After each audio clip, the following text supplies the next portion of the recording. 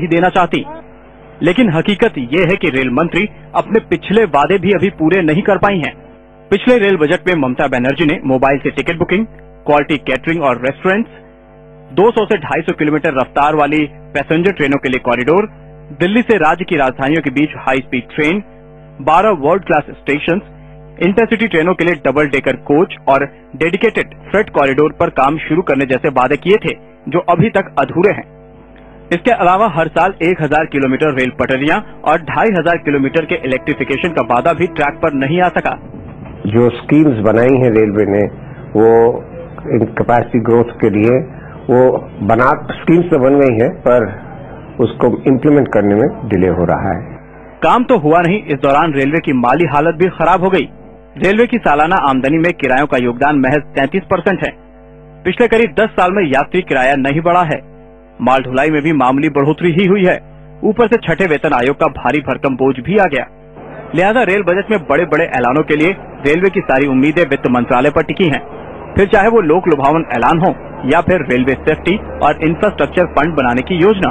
Problem railway को यही होगा, ये नेगेटिव वाइब्स जो चल रहा है, रेलवेज का finances are under stress. Railway की खराब सेहत के बावजूद माना जा रहा है कि ममता का रेल बजट पश्चिम बंगाल के चुनावी वादों की कार्बन कॉपी होगा। रेलवे इंफ्रास्ट्रक्चर को बेहतर बनाने के लिए पिछले कई बजट में पब्लिक प्राइवेट पार्टनरशिप की बात होती रही है, लेकिन अभी तक इस पर कुछ खास नहीं हो पाया। अब आलम यह है कि रेलवे की आमदनी इतनी नहीं रही कि वो खुद अपने बलबूते रेलवे इंफ्रास्ट्रक्चर को बेहतर बना सके। ऐसे में रेल मंत्री ममता बनर्जी की निगाहें वित्त मंत्रालय और योजना आयोग पर टिकी है। सहयोगी भूपेंद्र सोनी के साथ दीपक साहू, जी बिजनेस, दिल्ली। एवी पोलर साहब हमारे साथ हैं, जो कि एक्स फाइनेंशियल कमिश्नर है रेलवे के। एवी पोलर साहब, आपसे हम जानना चाहेंगे कि ये तमाम वादे जो हुए, आखिरकार वो पूरे क्यों नहीं हो पाए? वजह क्या थी? आखिर कहां पर रेलवे के पास वो कमी रहेगी कि इन वादों को पूरा करने में असमर्थता जताते रहे? It is all because of lack of resources. Now, if you look at the accounts, you will find that on the passenger services, the railways are making a loss of 14,000 crores a year. This gets loaded onto the freight charges. The result is that freight traffic gets diverted to the road. So, without adequate traffic, the railways will not be able to make put any surplus or finance any projects. They produced a vision statement, Vision 2020, which talks of 14 lakh crores as the amount required for increasing the capacity of the railways. Out of this, 64% is supposed to come from the internal resources and budgetary support. The balance is additional money required, and the minister has asked the finance ministry for support. Now, they have also indicated that public-private partnership would come in the big way and bring in a lot of resources. But experience has been very bad on this. But she really did something to increase the public-private partnership model? Now, I think we are going against international experience. In international experience, railways have not benefited by public-private partnership. If it is electricity, power sector, telecom sector, these are the sectors which are road sector. These are the sectors which are benefited from private participation. The reason is not far to seek. Private participation will come in only where there is quick profits and an adequate quantity. They will not put in money for social reasons. So we have to choose projects in such a way that they attract the private interest. So that is why railways have failed in attracting private participation. Now, the fare and freight structure have got completely misaligned. It has no relationship with cost. These are all political now. There was a technical committee which submitted this report in 1993. 18 years have gone by, and still no rationalization of the freight and fare structure has taken place. All sorts of aberrations have been done during the last few years. These need to be corrected, and the crying need of the railways now is to set up a fare and freight revision committee. Without that, the fares and freight will not get rationalized. But we are missing one fact. I mean, obviously, you just mentioned that there was a lack of resources. But we are missing one fact. When Lalu Yadav left the railway ministry, Railway had surplus of 23,000 crore rupees. Where are all those money gone, sir? No, those who won, that money has been invested in projects, and when he left a balance of 12,000 crores in the funds, which has now been got down to 5,000 crores. So not only did they not put in any additional funds into the special funds, but they drew down that fund, and it has come down to less than 5,000 crores now.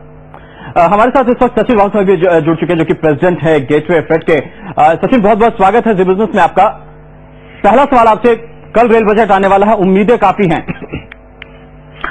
हाँ, मेरे ख्याल से भारतवर्ष में rail budget और main budget दोनों से उम्मीदें हमेशा काफी रहती है, क्योंकि रेल बजट से आम आदमी दोनों तरफ से जुड़ा हुआ रहता है। एक तो एज ए पैसेंजर भी जुड़ा हुआ रहता है, और फ्रेट रेट में जो भी चेंजेस होते हैं उसका हम लोगों के रोजमर्रा जिंदगी पे भी काफी फर्क पड़ता है।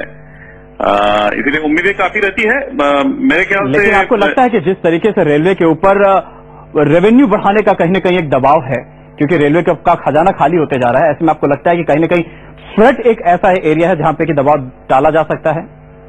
आपने सही बात कही, लेकिन आप एक तरीके से देखेंगे तो 90,000 करोड़ रुपए का रेवेन्यू सालाना रहता है रेलवे का, और इसमें करीबन 90 से 95% इसमें से जो रेवेन्यू है वो ऑपरेटिंग एक्सपेंसेस पे खर्च हो जाता है। इसके अलावा दो बड़े फंड जो है रेलवे के, जिसमें कंट्रीब्यूशन रेलवे को हमेशा देनी पड़ती है, वो है पेंशन फंड और डिप्रिसिएशन रिजर्व फंड। इन दोनों में मिला के करीबन 12,000 करोड़ रुपए की कंट्रीब्यूशन हर साल देनी पड़ती है। तो इसलिए यदि सरप्लस भी हो जाता है रेलवे में, तो भी वो खर्चा होने में बहुत ज्यादा समय नहीं लगता है। आमदनी बढ़ाने का सबसे इम्पोर्टेंट तरीका रेलवे में हमेशा फ्रेट रेवेन्यू ही रहा है। कुछ हद तक पैसेंजर ने भी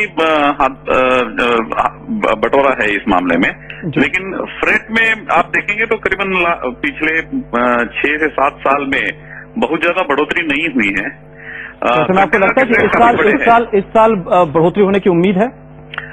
मुझे नहीं लगता, क्योंकि इस साल आप जानते हैं कि बहुत अहम बजट है, बंगाल में इलेक्शंस है, तो मुझे नहीं लगता कि इस साल कोई ऐसा कदम उठाया जाएगा जिससे या तो इन्फ्लेशन पे फर्क पड़ेगा या आम आदमी की पैसेंजर का खर्चा जो है उसमें भी फर्क पड़ेगा। सचिन, बहुत बहुत शुक्रिया इस तमाम जानकारी को हमारे साथ बांटने के लिए। बहुत बहुत शुक्रिया। हमारे साथ सुखविंदर दत्ता साहब इस वक्त लगातार मौजूद जानवर अर्थशास्त्री हैं। दत्ता साहब, यकीनन एक कहीं न कहीं प्रेशर तो है ही रेलवे के ऊपर, लेकिन साथ साथ दबाव ममता बनर्जी के ऊपर यह भी है कि वेस्ट बंगाल में इलेक्शन होने वाले, लेकिन इन पॉपुलिस्टिक मेजर्स के साथ आपको लगता है कि रेलवे को इस साल चला पाना संभव हो पाएगा? नहीं, मैं नहीं समझता हूं कि ऐसा कोई खतरनाक स्थिति है कि रेलवे को चलाना संभव नहीं हो पाएगा या फिर रेलवे चल नहीं सकती है। कुछ विशेष रूप से अगर कहीं कहीं पे अगर मेजर्स लिया जाता है, मैं मानता हूं कि जो पॉपुलिज्म है और उसके साथ साथ जो एक्चुअल इकोनॉमिक हालात जो है और फाइनेंशियल क्राइसिस जो है, सब चीजों को कहीं ना कहीं पे हैंडल किया जा सकता है। उदाहरण के तौर पे अगर एक छोटा सा उदाहरण देंगे, रेलवेज के पास बहुत सारे सरप्लस लैंड्स हैं पूरे देश भर में।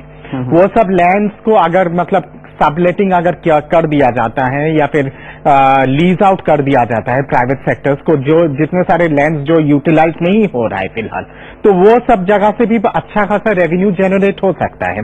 दूसरी बात, एज एन इकोनॉमिक एक्सपर्ट के नाते मैं ये भी मानता हूं कि अब शायद समय आ गया है कि पैसेंजर्स फेयर पे भी थोड़ा सा गौर करना उचित रहेगा, क्योंकि पिछले लगातार 7 साल से अगर पैसेंजर्स फेयर पे बढ़ोतरी नहीं हुई है, मैं मानता हूं कि जिस हिसाब से प्राइस राइज और तमाम चीजों का जिस तरह से एस्केलेशन हुआ है, उस चीजों को ध्यान में रखते हुए कहीं ना कहीं पे थोड़ा सा एडजस्टमेंट पैसेंजर्स फेयर पे करना भी आवश्यक है। पूरा अगर एकदम बिल्कुल गुड्स पे अगर सब चीजें थोप दिया जाता है तो वो उचित भी नहीं होता, क्योंकि वो कहीं ना कहीं पे इनडायरेक्टली इन्फ्लेशन को बढ़ावा देता है। लेकिन डायरेक्टली न सही, लेकिन इनडायरेक्टली उसका सीधा असर पड़ता है, प्राइस राइज पे भी पड़ता है। और एक छोटा सा यहाँ पर ब्रेक लेने के लिए रुकेंगे, उसके बाद हम जानेंगे कि आखिर वो किस तरीके के और मेजर्स ये ऐसे उपाय हैं जिससे कि रेलवे के रेवेन्यू कम से कम बढ़ाए जा सकते हैं और यात्री किराए के ऊपर कुछ खास असर न पड़े, ऐसे क्या विकल्प है, इस पर हम चर्चा करेंगे एक छोटे से ब्रेक के बाद। वैसे देखा जाए तो कोई किराए में कमी चाहता है तो किसी को अपने इलाके के लिए नॉन स्टॉप ट्रेन चाहिए। रेल बजट को लेकर रेल यात्रियों की भी ऐसी ढेरों उम्मीदें। आइए सुनते हैं कि ममता बनर्जी के रेल बजट से यात्री क्या चाहते हैं। फेयर में थोड़ा कम करना चाहिए।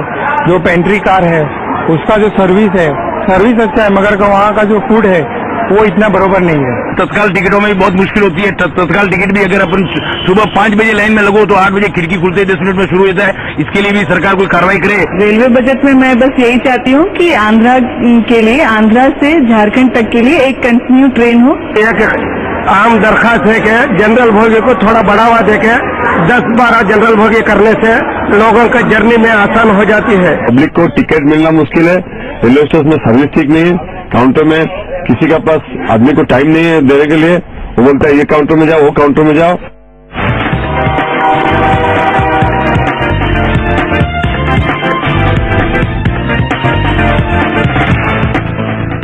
इस बजट में क्या करेंगे दिल्ली के दरबारी? दिल जीतेंगे या दिल? दिल्ली में बजट के दिन कनॉट प्लेस के सेंट्रल पार्क में होने वाले इस प्रोग्राम में शामिल होने के लिए SMS कीजिए बजट, अपना नाम 57575। इंडिया अहेड बजट 2011, महंगाई, बजट और आप सिर्फ जी बिजनेस पर।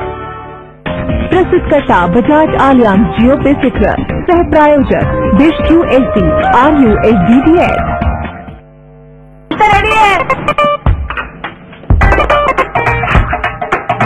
बहुत बढ़िया। तो नहीं ना।